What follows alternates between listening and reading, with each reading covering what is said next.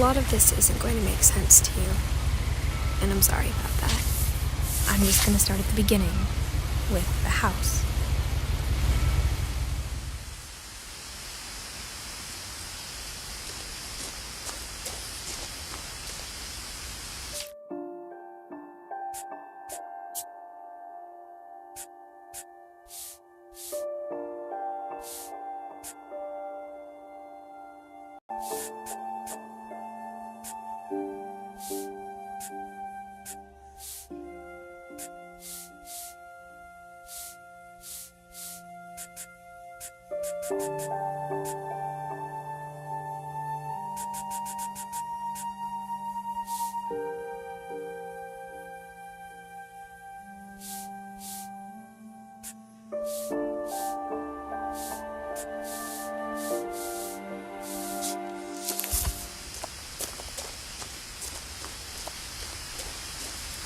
I lived here until I was 11, but I wasn't allowed inside half the rooms.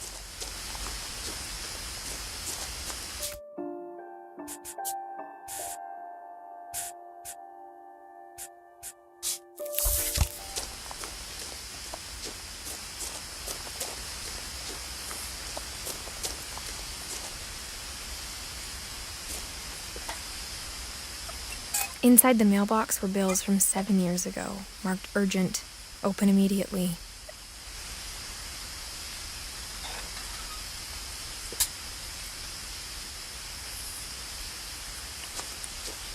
I hadn't been back since my brother Lewis's funeral.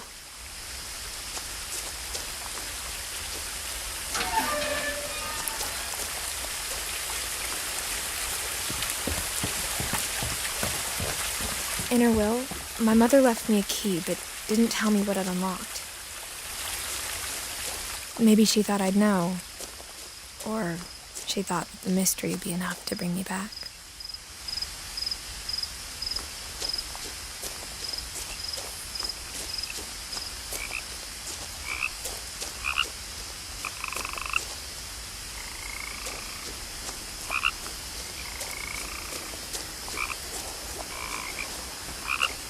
The truth is, even after I inherited the house, I never thought I'd come back to it. But now I had questions about my family that only the house knew the answers to.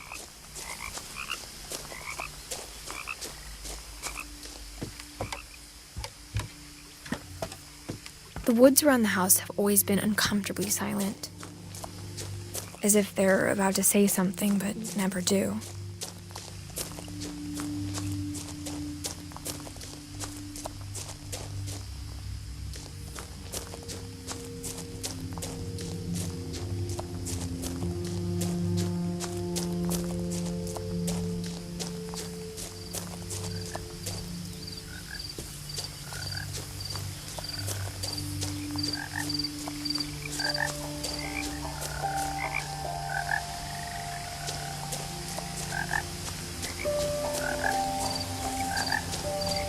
The house was exactly like I remembered it, the way I'd been dreaming about it.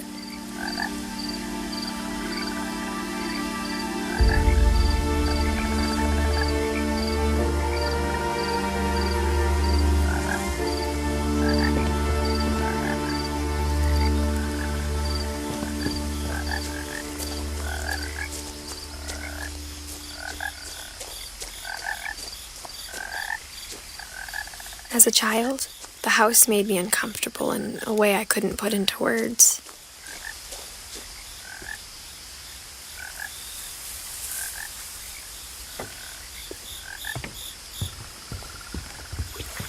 Now, as a 17-year-old, I knew exactly what those words were. I was afraid of the house.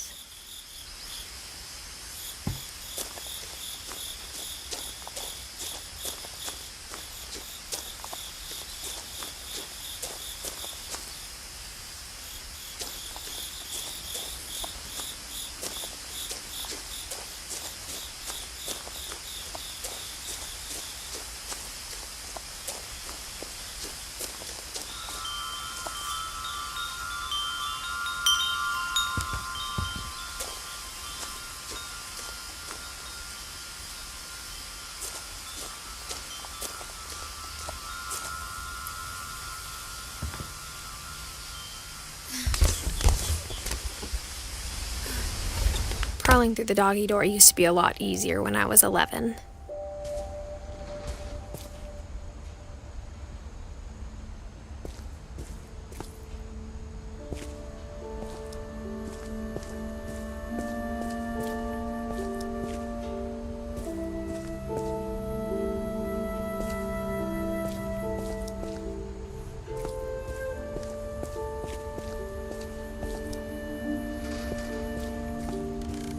For the first time in years,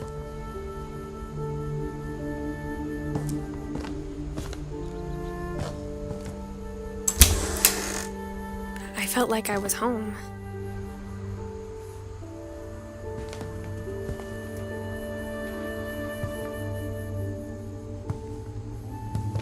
But instead of a family, there were just memories of one.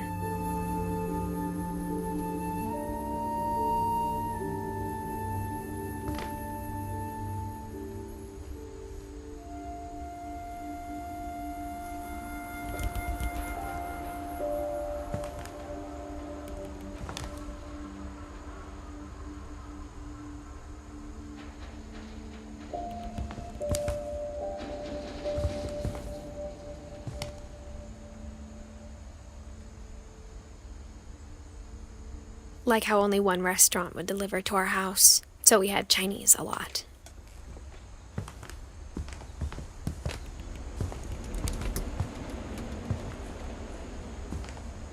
Or how after Louis started working at the cannery, we all got sick of eating salmon. Except our cat, Molly.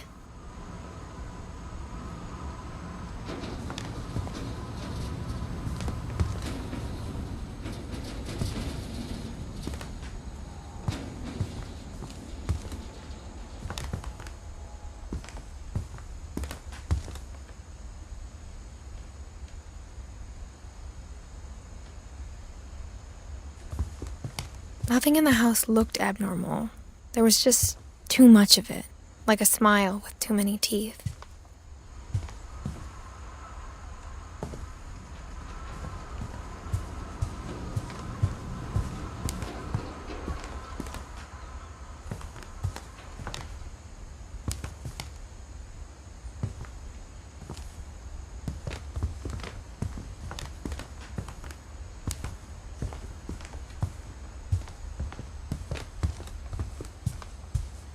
The table was still a wreck from the night we left. It was like a bomb had gone off, killing everyone but sparing the furniture.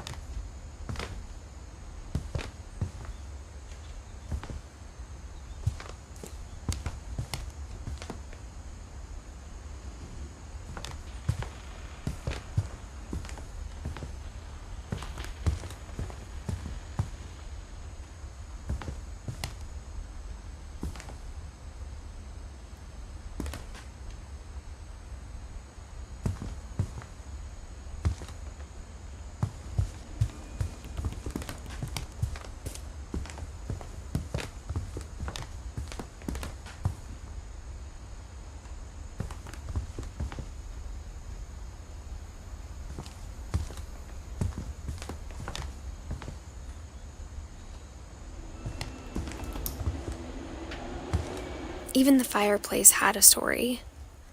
Edie told me the bricks came from the original house, after it sank.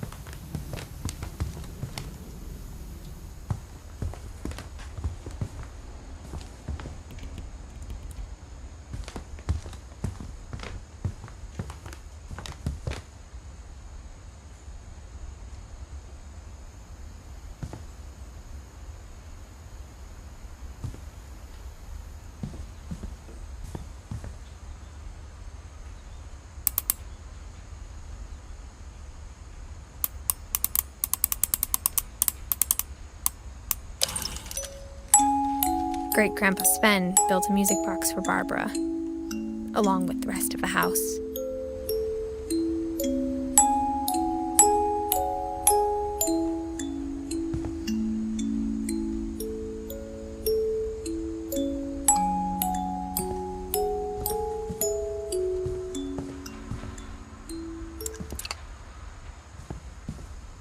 My mom wasn't much of an optimist, but she never stopped believing that my brother Milton was alive. A lot of things got left behind in the whirlwind of that last night.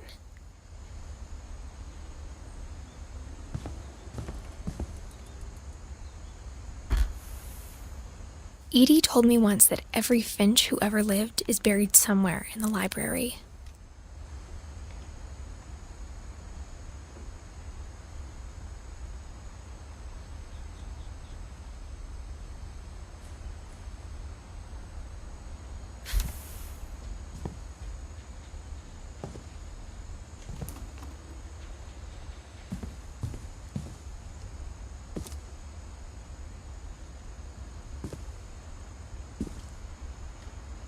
After Milton disappeared, Mom sealed up all the bedrooms. Then Edie retaliated and drilled peepholes.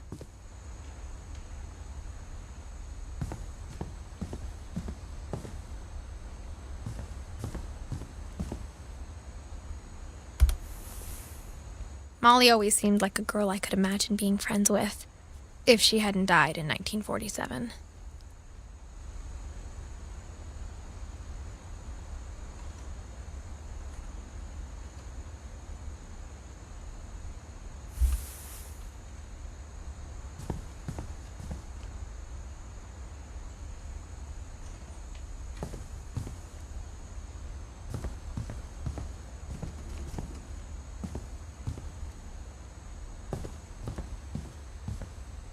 I spent a lot of time playing in Great Uncle Walter's room. I think my mom sometimes regretted not sealing it up.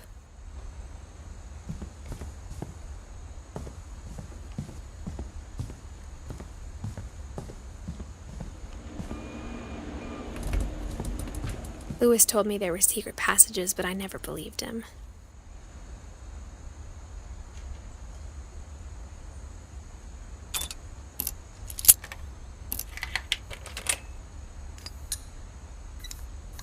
Turns out, my mom was really good at keeping secrets.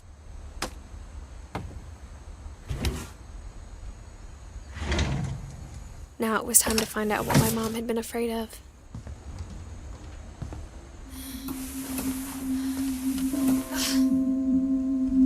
From the paintings on the wall, it was clear my brother Milton had been here before me.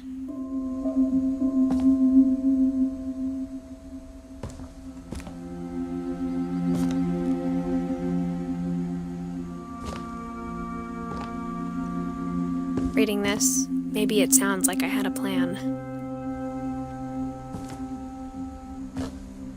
But I had no idea what was behind that door.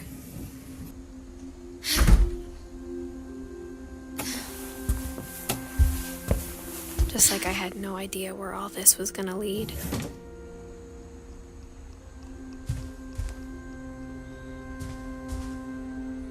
I grew up looking at Molly's room through the peephole. Being inside for the first time, I felt like I'd stepped behind a painting.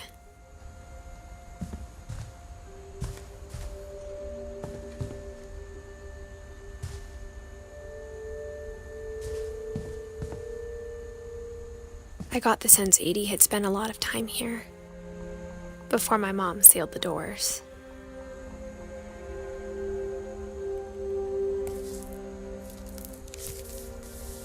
December 13th, 1947. Dear Diary, I'll be gone soon, but I wanted to tell somebody about what's gonna happen. It started when Mom sent me to bed without dinner. I woke up and I was starving, so I looked around for something to eat.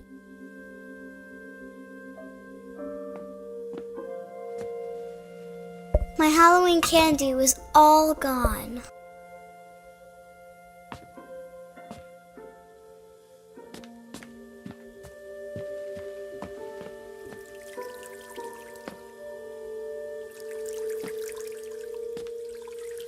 thought about eating Christopher, but I held back.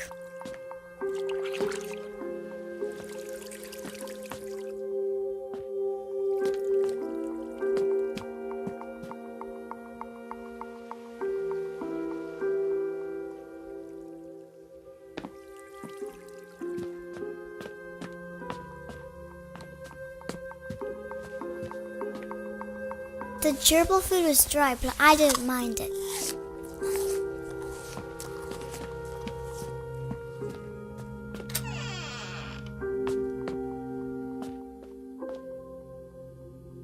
I kept eating and eating.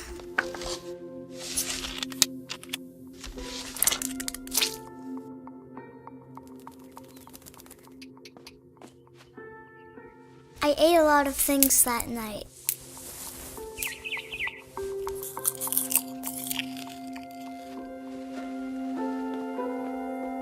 Then I heard chirping outside my window.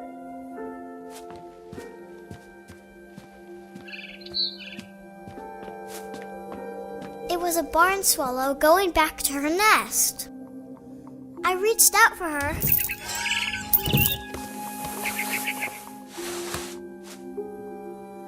And suddenly, I was a cat.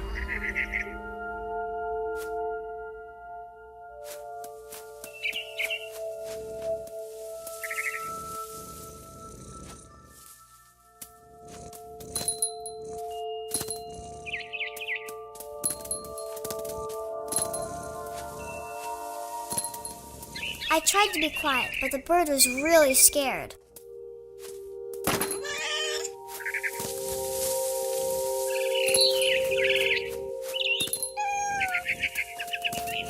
Mom and Dad didn't even look at me.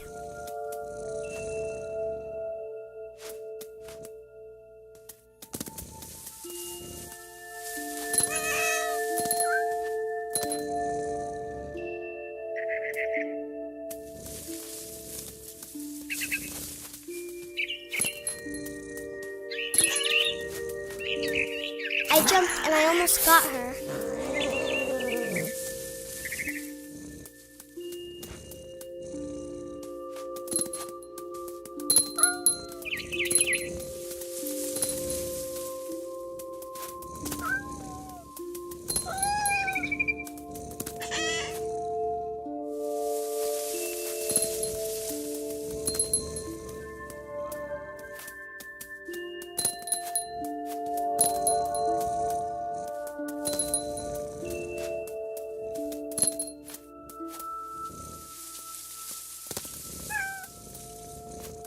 I could tell she was getting really tired.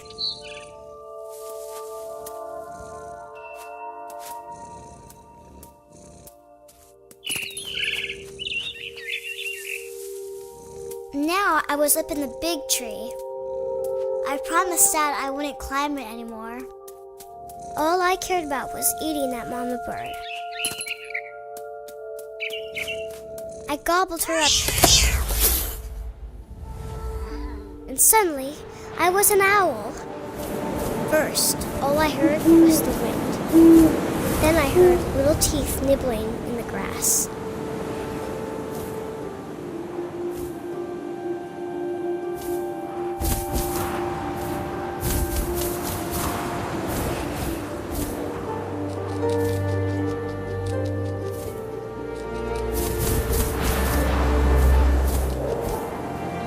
Rabbits.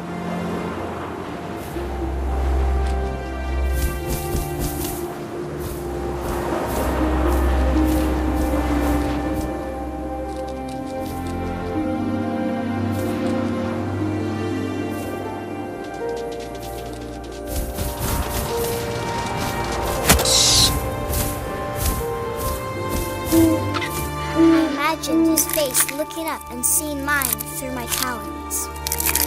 I swallowed him up, and I didn't chew one bit. Then I flew off to find something bigger.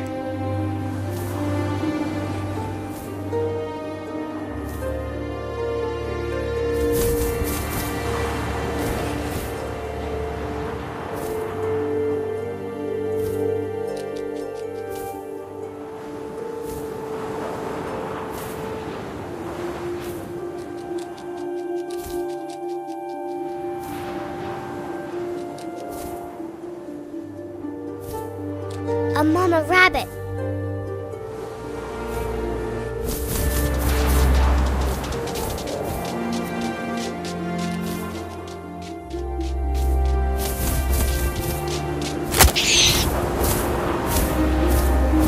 She was almost too big to carry. I started choking, but I couldn't stop eating. And suddenly, I was a shark!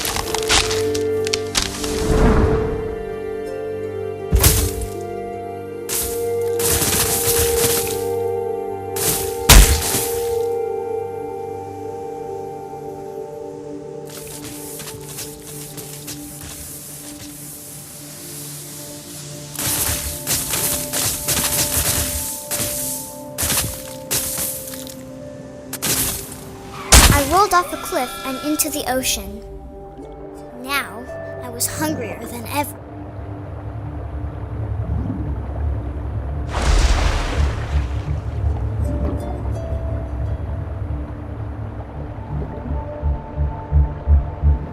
I wanted fat, juicy seals.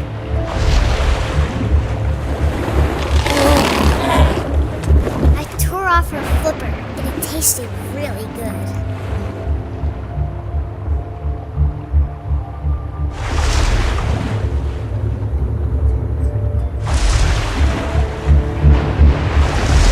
Grabbed on tight, but I was so hungry I jumped out of the water. When I opened my eyes, everything had changed.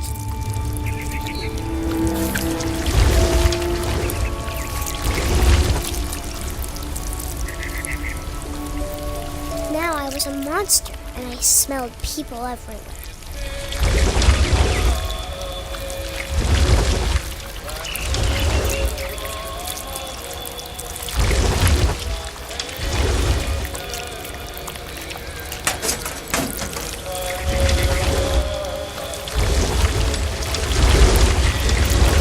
I was big, but I moved real quiet.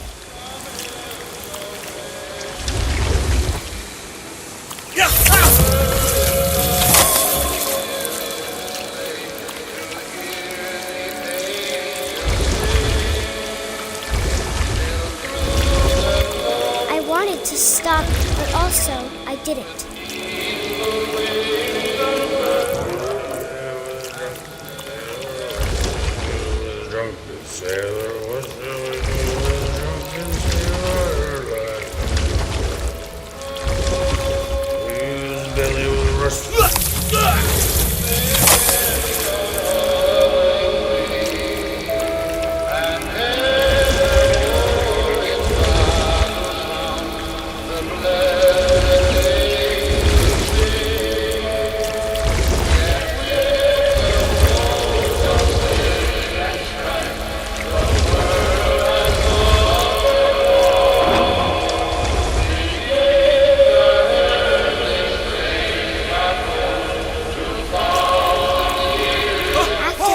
Passenger, I was still hungry. And across the water, I smelled something new. Something I had to have, so I swam towards it.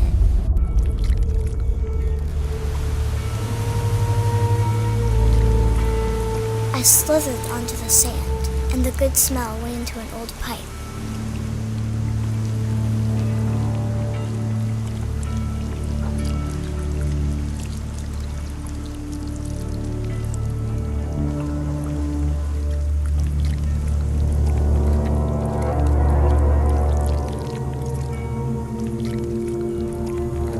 I got closer and closer.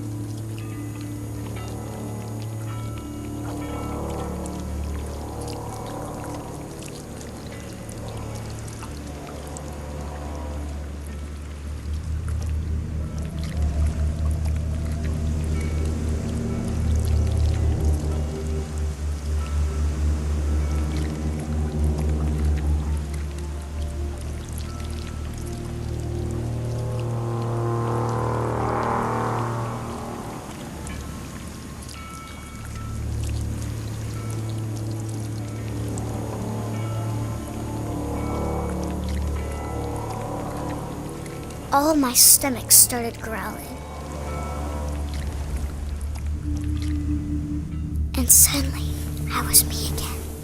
I held my breath for a long time, but I couldn't hear anything. I think it's waiting for me to fall asleep. But it's not going to wait much longer. It needs to feed, and we both know I will be delicious.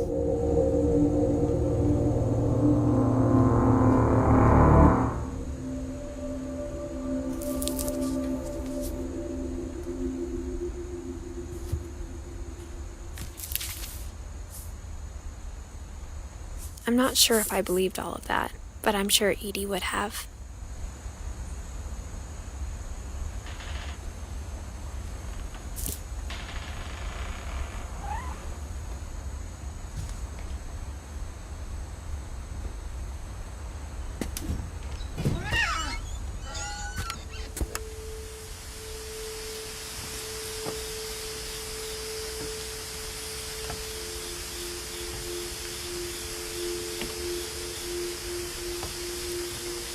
This will be obvious later, but my mom never told me any of these stories. Edie would have, but Mom didn't like bringing up the past. Though, when we adopted a stray kitten, she was the one who named it Molly.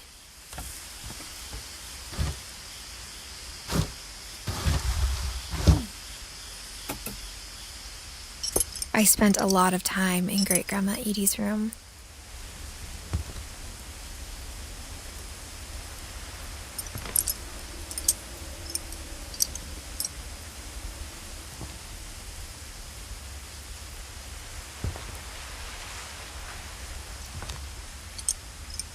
Louis died a week before we left, but Edie had already started to memorialize him.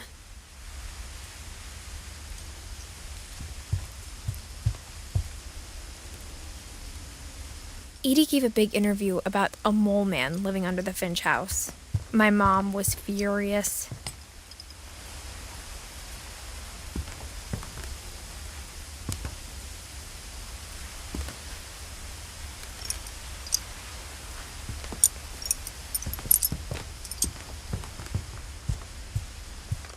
I hadn't thought of myself as Edith Jr. for a long, long time. One summer, they evacuated the island, but Edie refused to go. For a few weeks, she was a celebrity.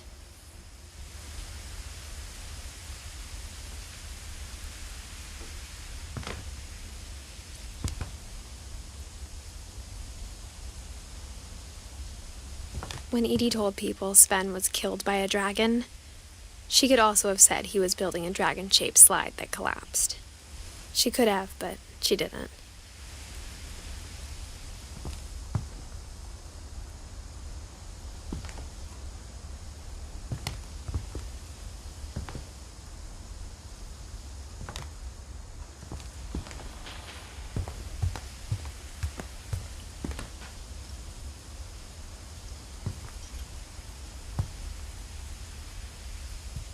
Her room was like a museum.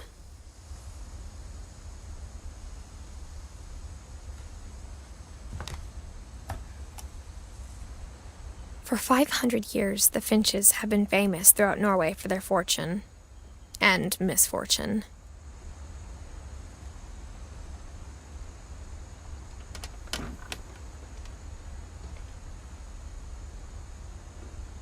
Odin Finch buries the latest victims of the family curse, his wife Ingeborg and their newborn son, Johan. On January 7th, 1937, he set sail with his family and his house, hoping to leave the curse behind. But 40-foot waves off the coast of Washington send the house and Odin to the bottom of the sea. Odin's daughter Edie, with husband Sven and baby Molly, step ashore on their new home, Orcas Island. Odin Finch is the first to be buried in the new family cemetery. His daughter Edie is already dreaming of a new Finch house.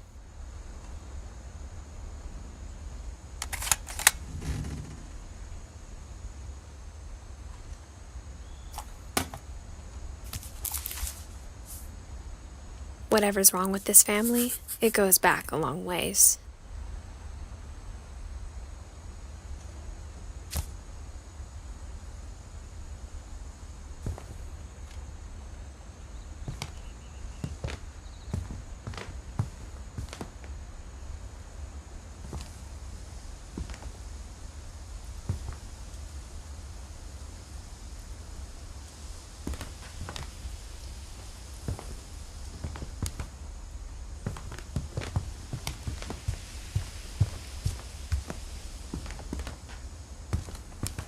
Even in her 90s, sometimes Edie seemed a lot younger than my mother.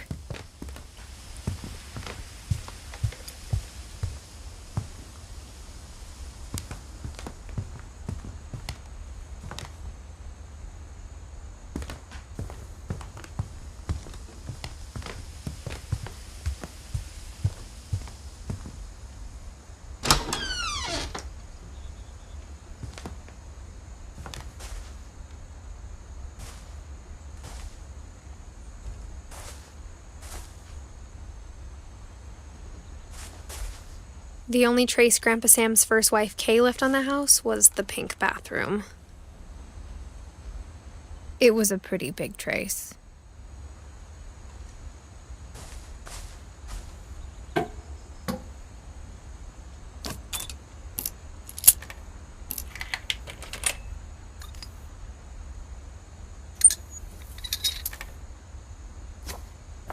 There's a secret in this bathroom.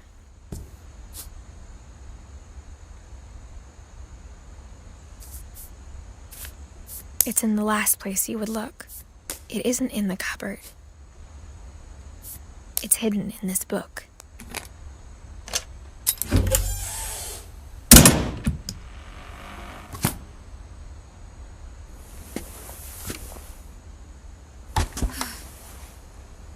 Sven gave Sam an old camera he'd refurbished.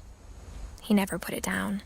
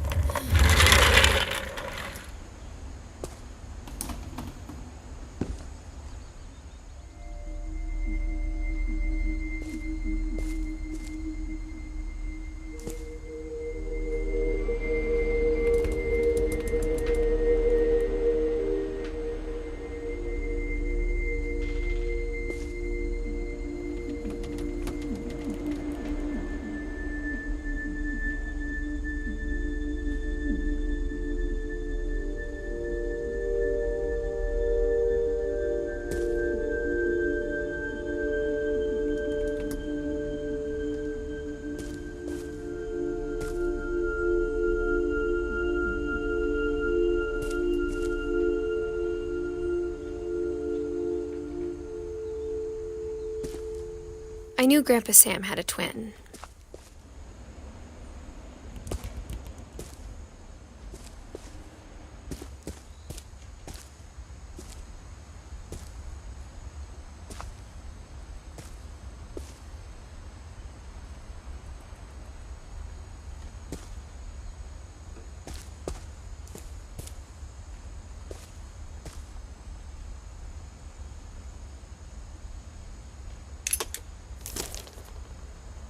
And that he never talked about him.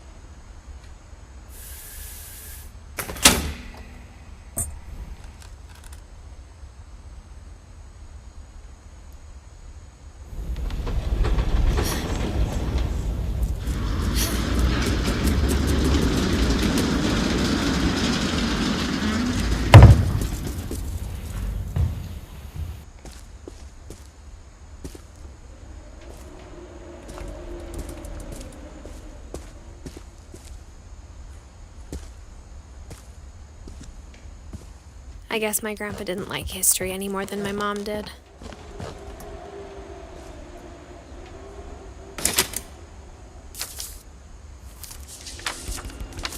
How I Want to Remember My Brother by Sam Finch. The thing I remember is that when he made up his mind, that was it.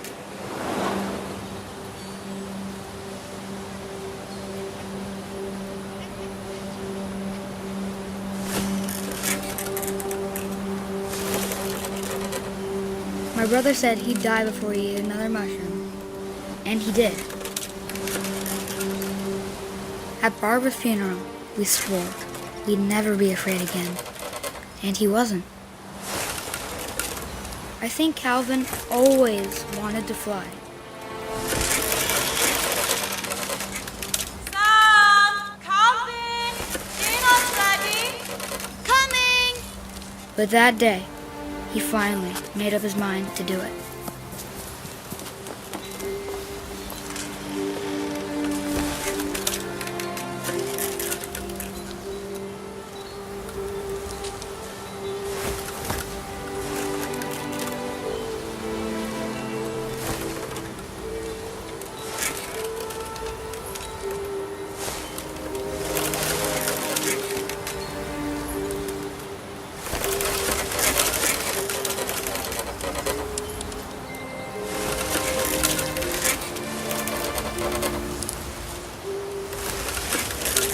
I told him going around was impossible.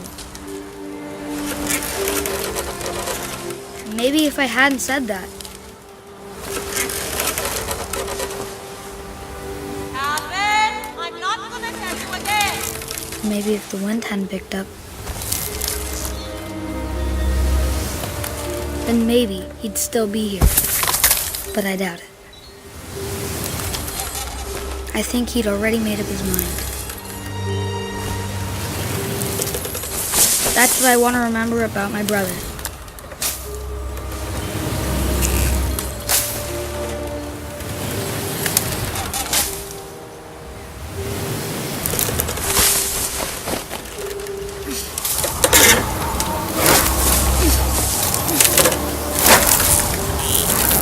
The day he made up his mind to fly. And he did.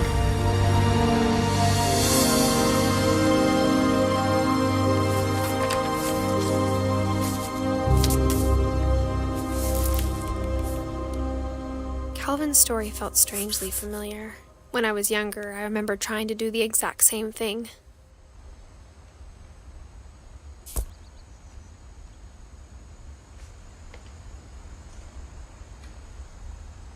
After the funeral, Edie roped off Calvin's half of the room.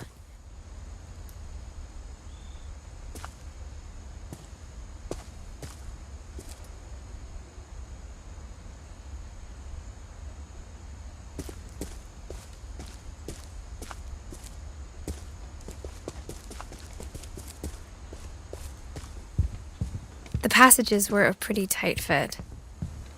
They'd obviously been built for smaller hands and bellies.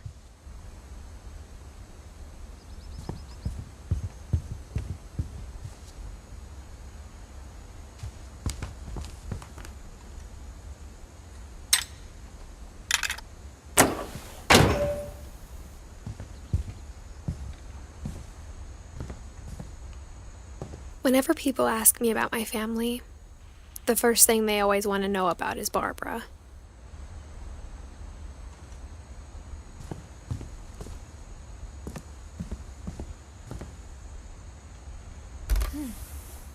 Barbara was a child star for 2 years, until America grew out of it.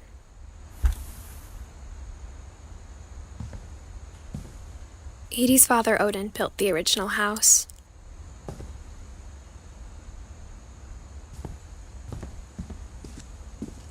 Mom must have locked the third floor stairs on the night we left.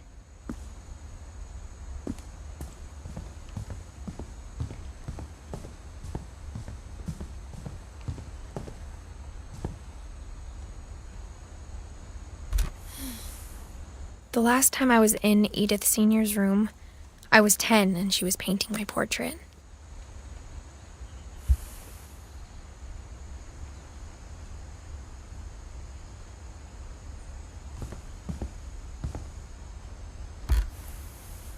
My Grandpa Sam spent 7 years sharing a room with his dead brother, Calvin.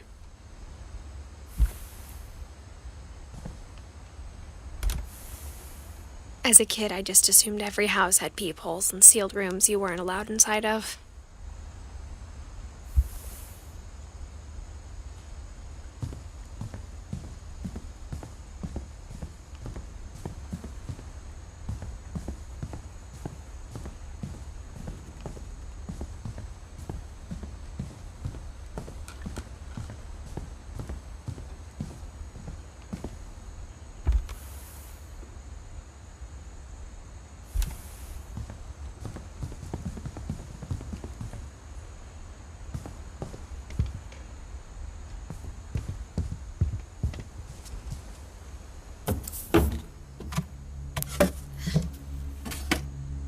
Growing up, I always thought of Barbara as a child star.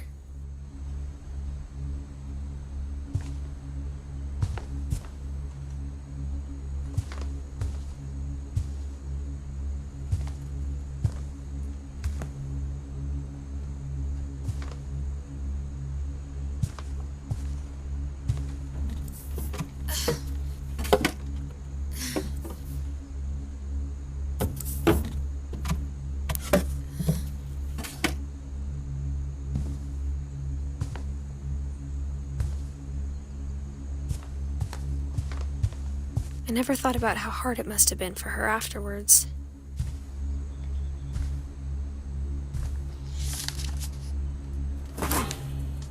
Of all the stories people wrote about Barbara's death, I'm surprised Edie saved this one.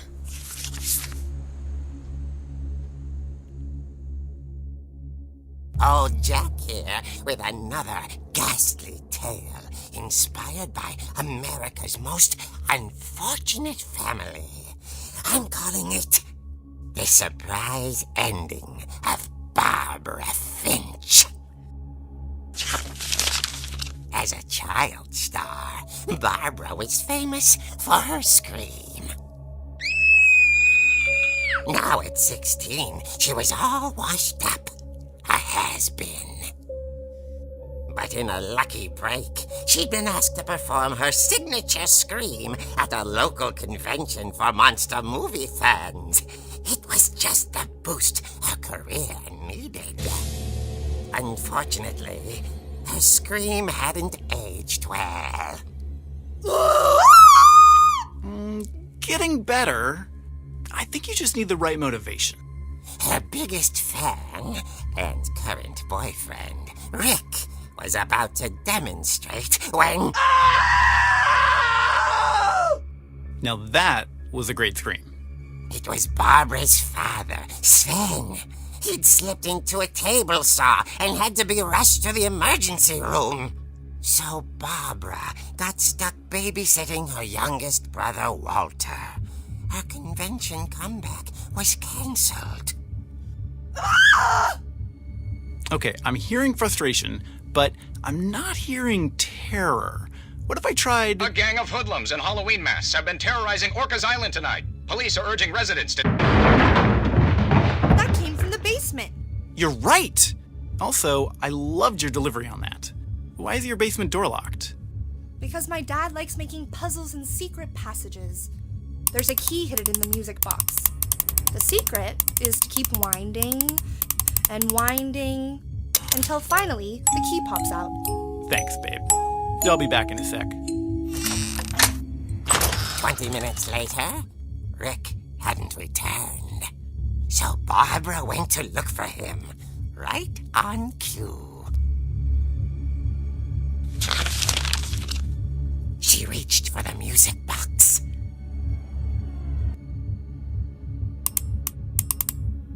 And as she wound the key, she listened for Rick, but the house was silent.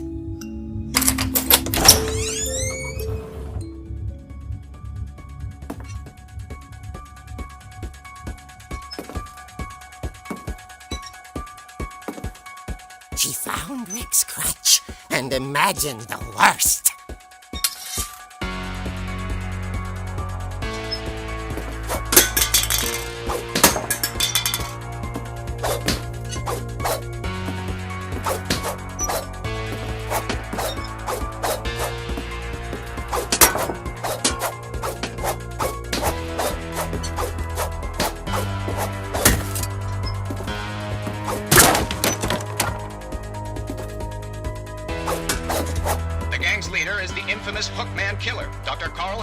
who impaled and then ate his family 10 years ago tonight.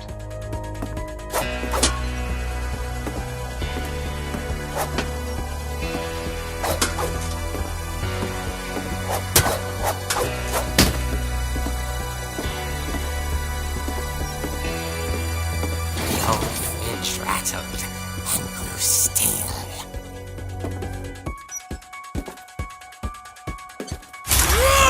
Oh dear!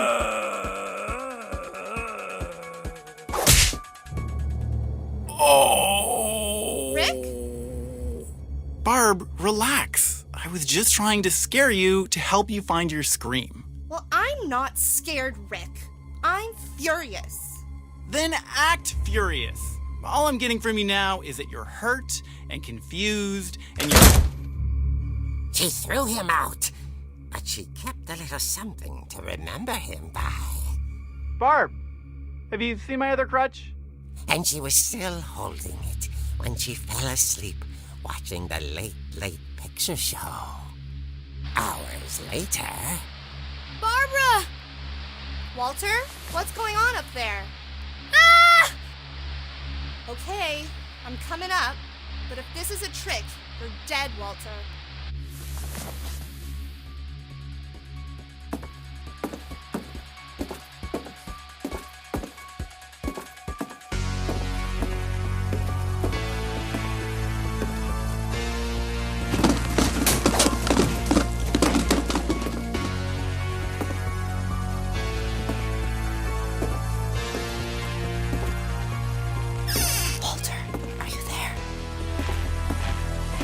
Walter had vanished, but his bedside radio was still on.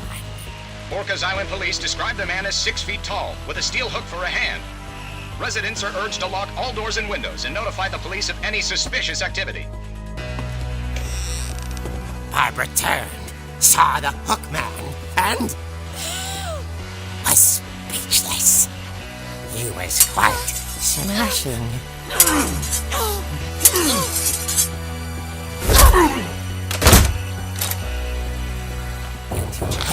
was, he couldn't get enough of Barbara.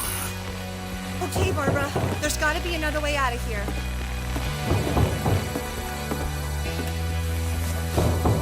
That night, she played her part beautifully.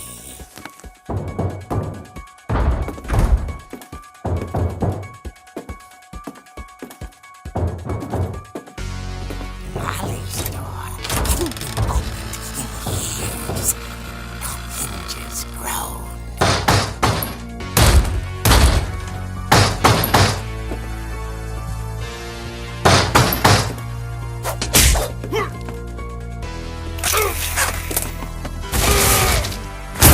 He wasn't moving, but she sensed the story might not be over yet.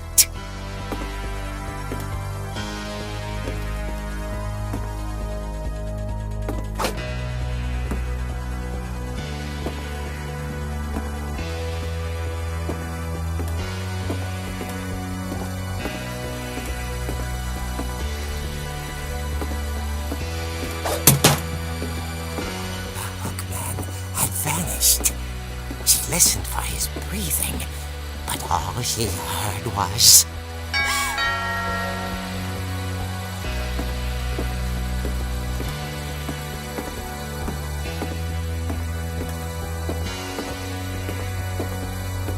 Someone at the door was dying to speak to young Barbara. At the door, she heard whispering. Was coming from inside the house.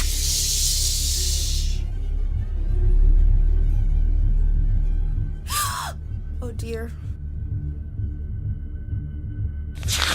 Surprise! Bravo, Barbara! You were wonderful. The monsters had come to surprise her. For Barbara, it was a dream come true. Then she saw what kind of monsters they were, and she realized what was about to happen. She was going to be famous. And with her final breath, Barbara Finch gave the performance of her life.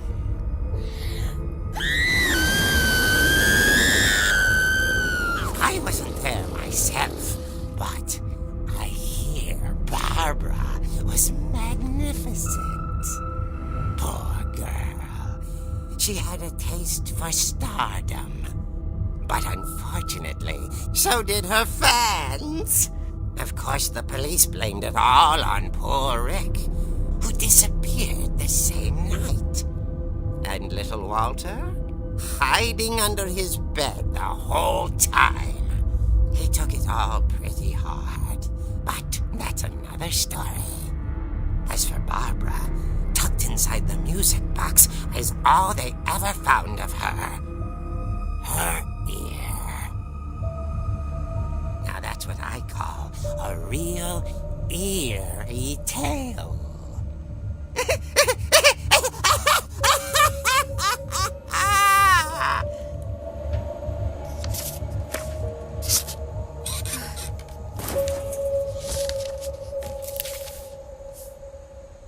Edie told me all Barbara wanted was to be remembered, as absurd as that comic was. Maybe what Edie saw was a happy ending.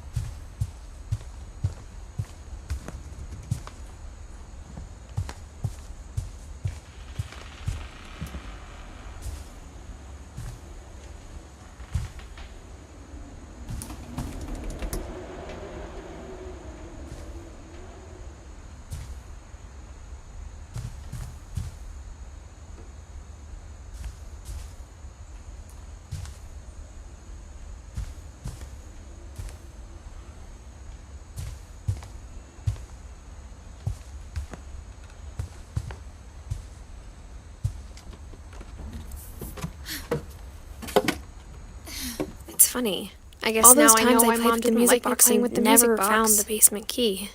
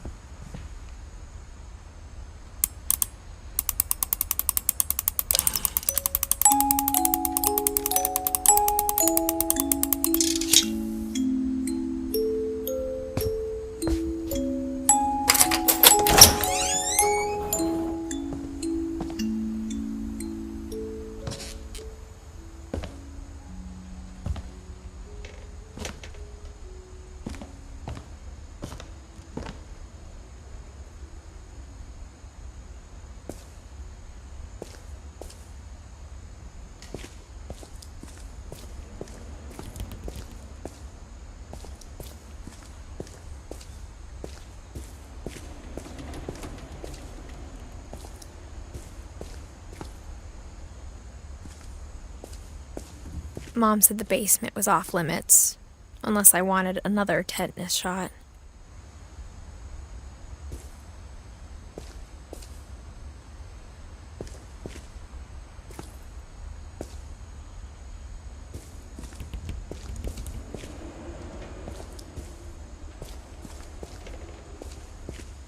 I saw Edie sneak down to the basement once, carrying packages.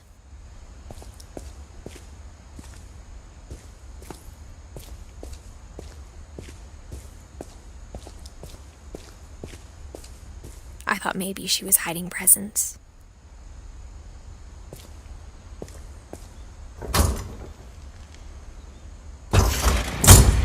It turned out she was hiding a lot more than that.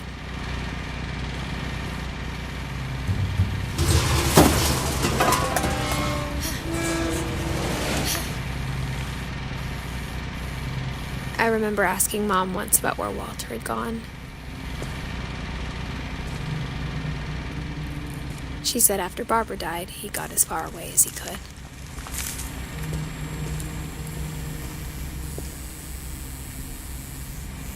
If there's a pattern in all these stories,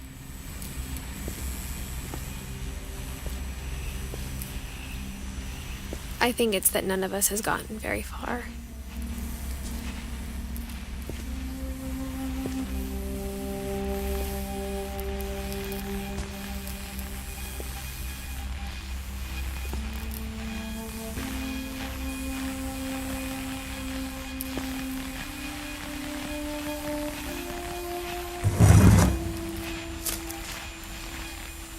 Goodbye, everyone.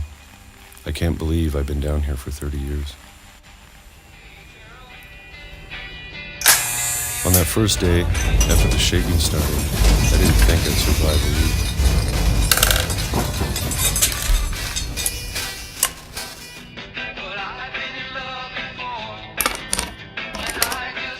But after a few days, I settled into a routine. That's what kept me sane. Having a schedule, living for today. I always expected to be dead tomorrow. But if you wait long enough, you get used to anything.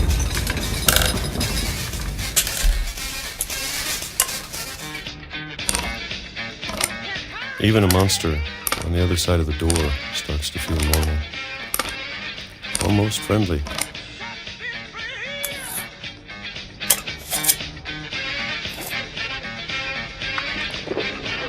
And then one day, everything just stopped. Whatever that thing was, it was gone.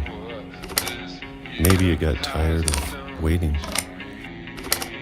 Or maybe I just got tired of being afraid.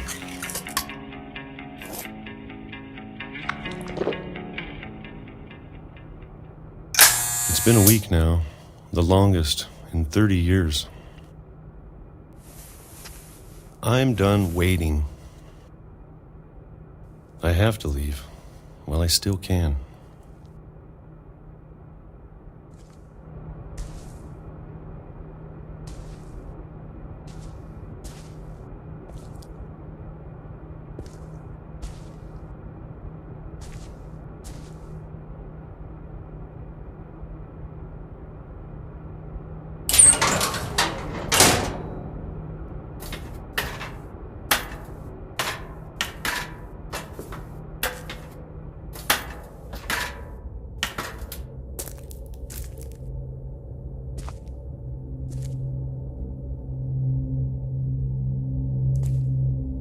I know it's out there, somewhere. Whatever killed Barbara and Molly and Calvin.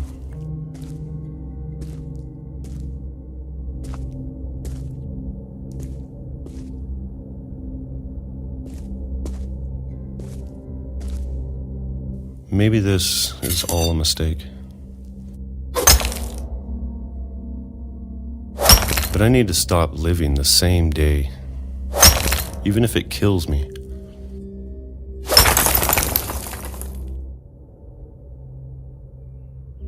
Whatever's out there, I want you to know I'm ready for it. I'm going to appreciate all of it, especially the food. I don't mind if I only have a year left, or a month, or a single week. I'd be happy with one new day. I can already imagine the sun on my face.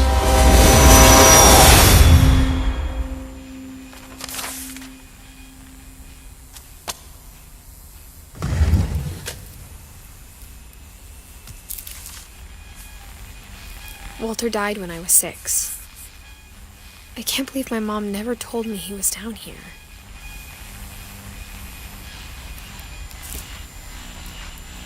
I'm sure my mom was trying to protect me.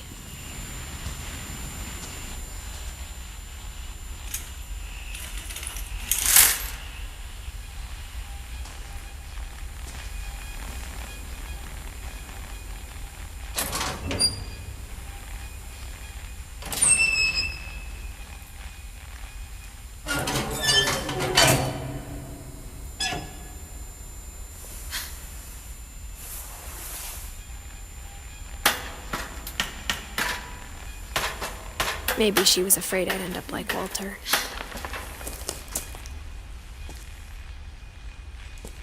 But if she never told me about an uncle under the house, I can only imagine what else she was hiding. I don't want to make the same mistakes she made.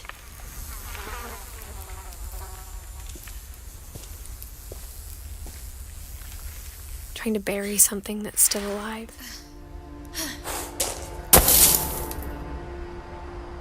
Now that there's only one of us left, or maybe two,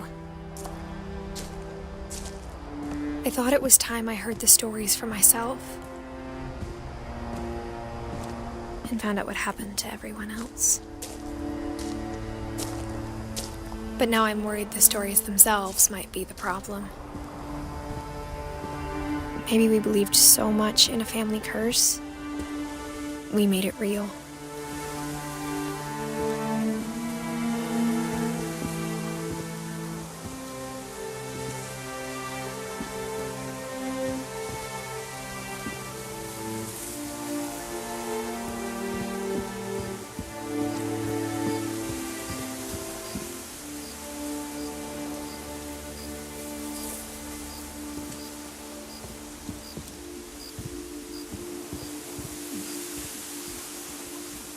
I don't know if I should even be writing this.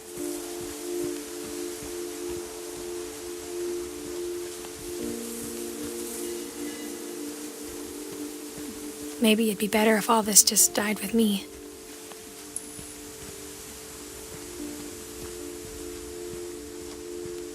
But I thought you should know about your family.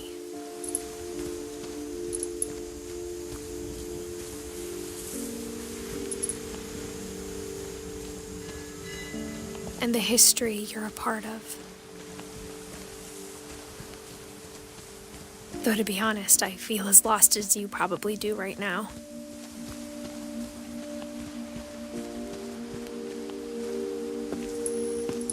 I think the people in these stories believed them, for what that's worth.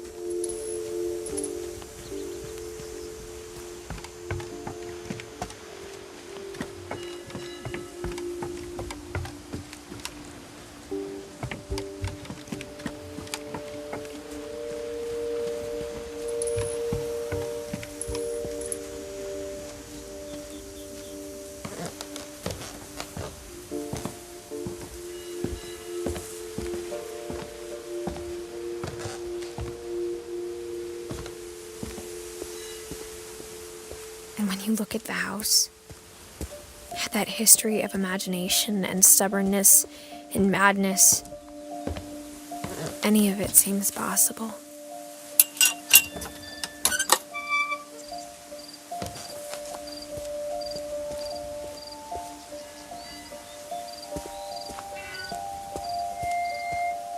I think we've been surrounded by death for so long, we've just gotten used to it.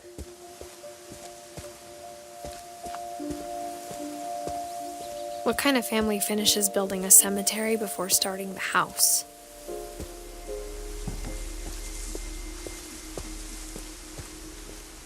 It's embarrassing for me to admit this, but the pet cemetery made me more uncomfortable than the human one. 3 of the gerbils are mine, and 2 had been my fault.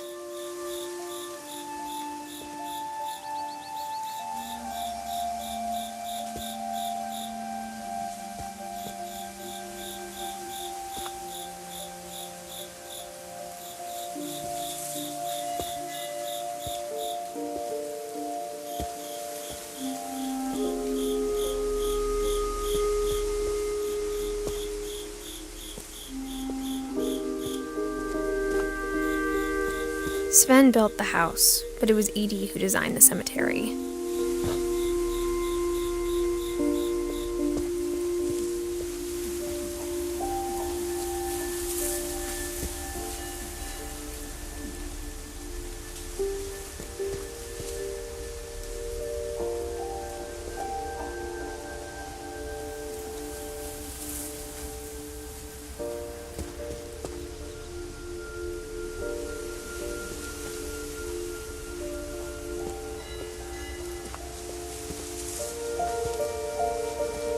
I'm sure Odin's monument had been Edie's idea. My mom was always trying to move on, but for Edie, the past never went away.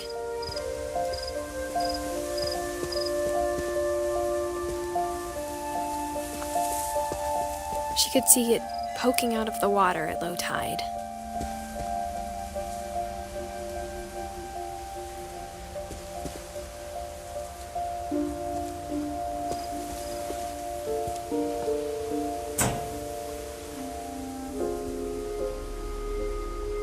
Edie said she dreamed about the old house every night.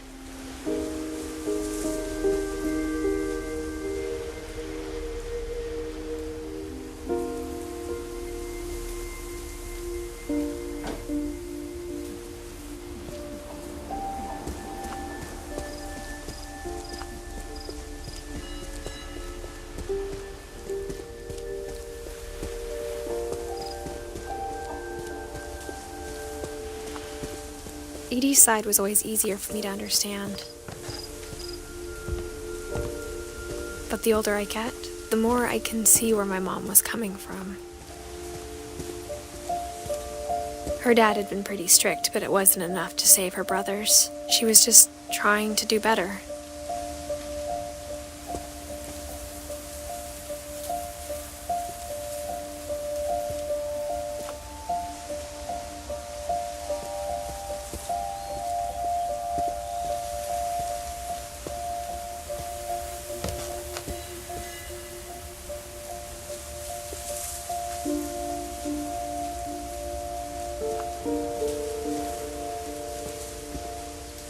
She lost 2 of her brothers, just like I did. I get why she tried so hard to protect us.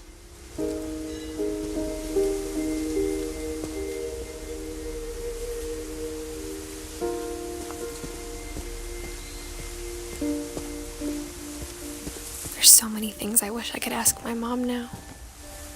Part of me thinks this is what she wanted all along.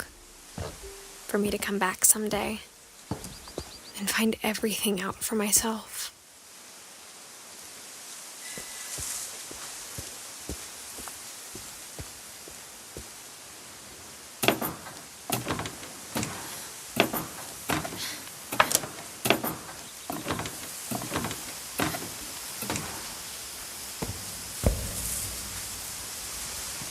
But looking back on it now,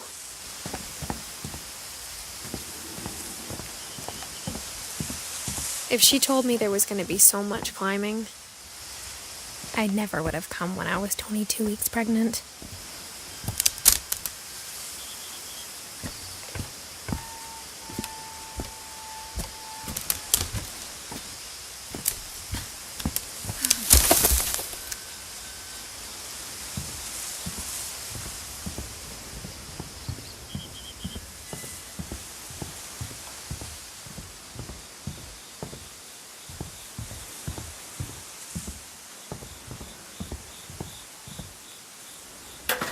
I never met Grandpa Sam, but I think he and my mom had a lot in common.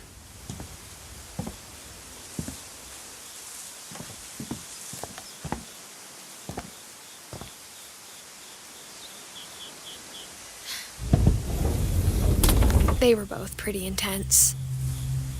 Sam spent his life shooting photos, but Mom said he got nervous being in front of the camera. I guess we're all afraid of something.